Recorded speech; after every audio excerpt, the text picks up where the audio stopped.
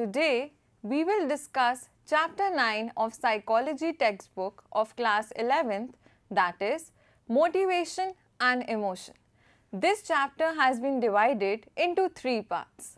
Today, we will discuss the first part, which covers nature of motivation, different types of motives, which include biological motives and psychosocial motives. We will start with the concept of nature of motivation. The concept of motivation focuses on explaining what moves behavior. In fact, the term motivation is derived from the Latin word movere, referring to the movement of activity. Most of our everyday explanation of behavior is given in terms of motives. Why do you come to the school or college? There may be any number of reasons for this behavior, such as you want to learn or to make friends. You need a diploma or a degree to get a good job. You want to make your parents happy, and so on. Some combination of these reasons or others would explain why you choose to go in for higher education.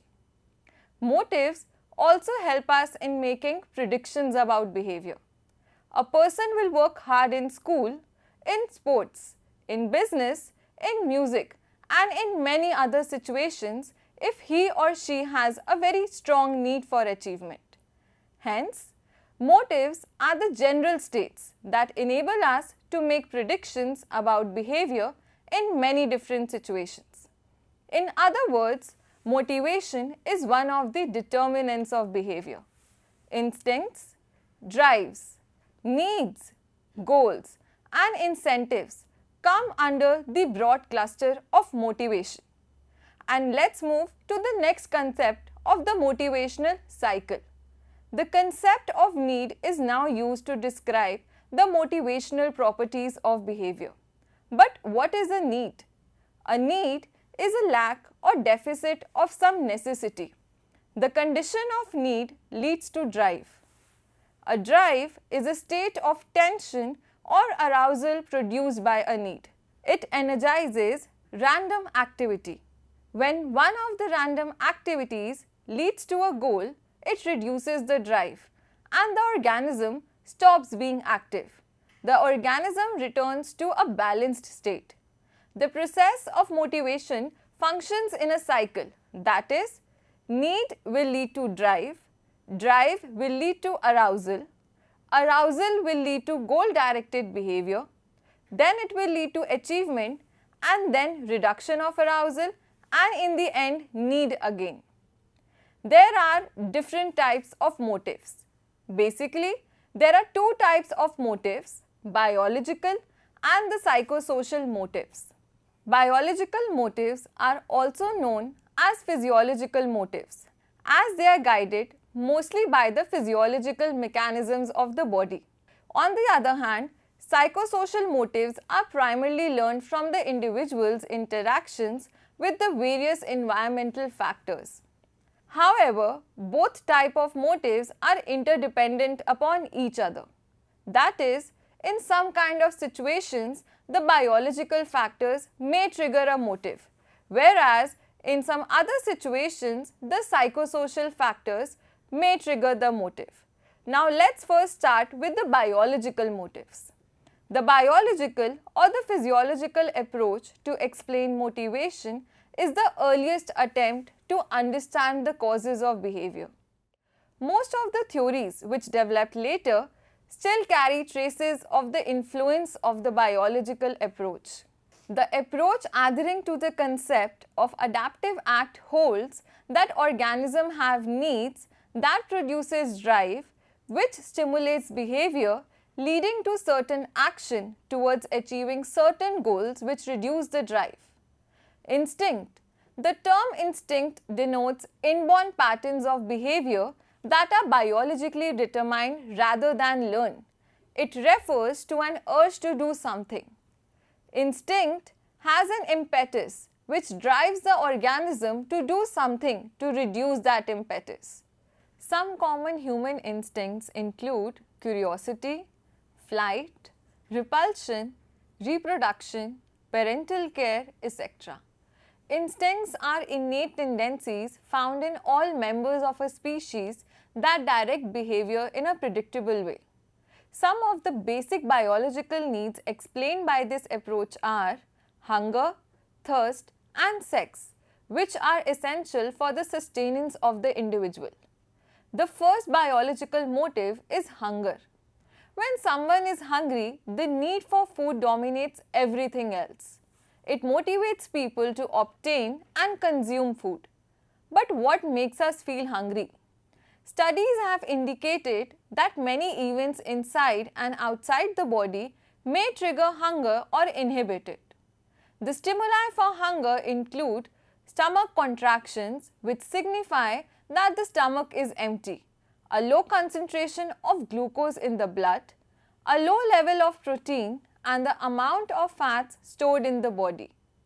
The liver also responds to the lack of bodily fuel by sending nerve impulses to the brain. The aroma, taste, or appearance of food may also result in a desire to eat. It may be noted that none of these alone gives you the feeling that you are hungry. All in combination act with external factors such as taste, color, by observing others eating and the smell of food to help you understand that you are hungry. Thus, it can be said that our food intake is regulated by a complex feeding satiety system located in the hypothalamus, liver, and other parts of the body, as well as the external cues available in the environment. The liver sends a signal to a part of the brain called hypothalamus. The two regions of hypothalamus are involved in hunger, the lateral hypothalamus and the ventromedial hypothalamus. LH is considered to be the excitatory area. Animals eat when this area is stimulated. When it is damaged, animals stop eating and die of starvation. The ventromedial hypothalamus is located in the middle of the hypothalamus, which is otherwise known as the hunger controlling area, which inhibits the hunger drive. The second biological motive is thirst. When we are deprived of water for a period of several hours, the mouth and the throat become dry, which leads to the dehydration of body tissues. Drinking water is necessary to wet a dry mouth, but a dry mouth does not always result in water drinking behavior. In fact, processes within the body itself control thirst and drinking of water. Water must get into the tissues sufficiently to remove the dryness of mouth and throat. Motivation to drink water is mainly triggered by the conditions of the body: loss of water from cells and reduction of blood volume. When water is lost by bodily fluids, water leaves the interior of the cells. The anterior hypothalamus contains nerve cells called osmoreceptors, which generate nerve impulses in case of cell dehydration. These nerve impulses act as a signal for thirst and drinking. When thirst is regulated by loss of water from the osmoreceptors, it is called cellular dehydration thirst. The third biological motive is sex. One of the most powerful drives in both animals and human beings is the sex drive. Motivation to engage in sexual activity is a very strong factor influencing human behavior. However, sex is far more than a biological motive. It is different from other primary motives, hunger and thirst, in many ways, like: first, sexual activity is not necessary for an individual's survival. Second, homeostasis, the tendency of the organism as a whole to maintain constancy or to attempt to restore equilibrium if constancy is disturbed, is not the goal of sexual activity. And sex drive develops with age. In case of lower animals, it depends on many physiological conditions. But in case of human beings, the sex drive is very closely regulated biologically. Sometimes it is very difficult to classify sex purely as a biological drive. Physiologists suggest that intensity of the sexual urge is dependent upon chemical substances circulating in the blood, known as sex hormones. Studies on animals as well as human beings have mentioned that sex hormones secreted by gonads, that is, testes in males and the ovaries in females, are responsible for sexual motivation. Sexual motivation is also influenced by other endocrine glands such as pituitary glands. Sexual drive in human beings is primarily stimulated by external stimuli, and its expression depends upon the cultural learning. So far we have covered the biological motives. Now let's come back to psychosocial motives. Psychosocial motives are mostly learned or acquired.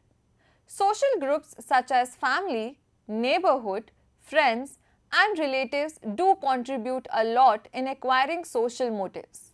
These are complex forms of motives mainly resulting from the individual's interaction with her or his social environment. The first psychosocial motive is need for affiliation. Most of us need company or friend or want to maintain some form of relationship with others. Nobody likes to remain alone all the time. As soon as people see some kinds of similarities among themselves or they like each other, they form a group. Formation of group or collectivity is an important feature of human life. Often people try desperately to get close to other people, to seek their help and to become members of their group. Seeking other human beings and wanting to be close to them, both physically and psychologically, is called affiliation. It involves motivation for social contact. Need for affiliation is aroused when individuals feel threatened or helpless and also when they are happy. People high on this need are motivated to seek the company of others and to maintain friendly relationships with other people. The second psychosocial motive is need for power. Need for power is an ability of a person to produce intended effects on the behavior and the emotions of another person. The various goals of power motivation are to influence, control, persuade, lead and charm others, and most importantly to enhance one's own reputation in the eyes of other people. There are four general ways of expression of the power motive.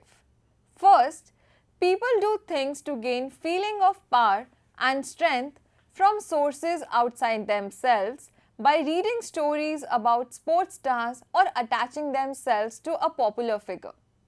Second, power can also be felt from sources within us and may be expressed by building up the body and mastering urges and impulses. Third, people do things as individuals to have an impact on others. For example, a person argues or competes with another individual in order to have an impact or influence on that person. Fourth, people do things as members of organizations to have an impact on others, as in the case of the leader of a political party. The individual may use the party apparatus to influence others. However, for any individual, one of these ways of expressing power motivation may dominate, but with age and life experiences, it varies. The third psychosocial motive is need for achievement.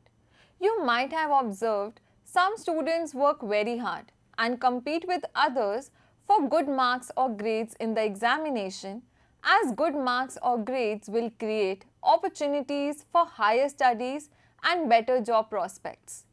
It is the achievement motivation which refers to the desire of a person to meet standards of excellence.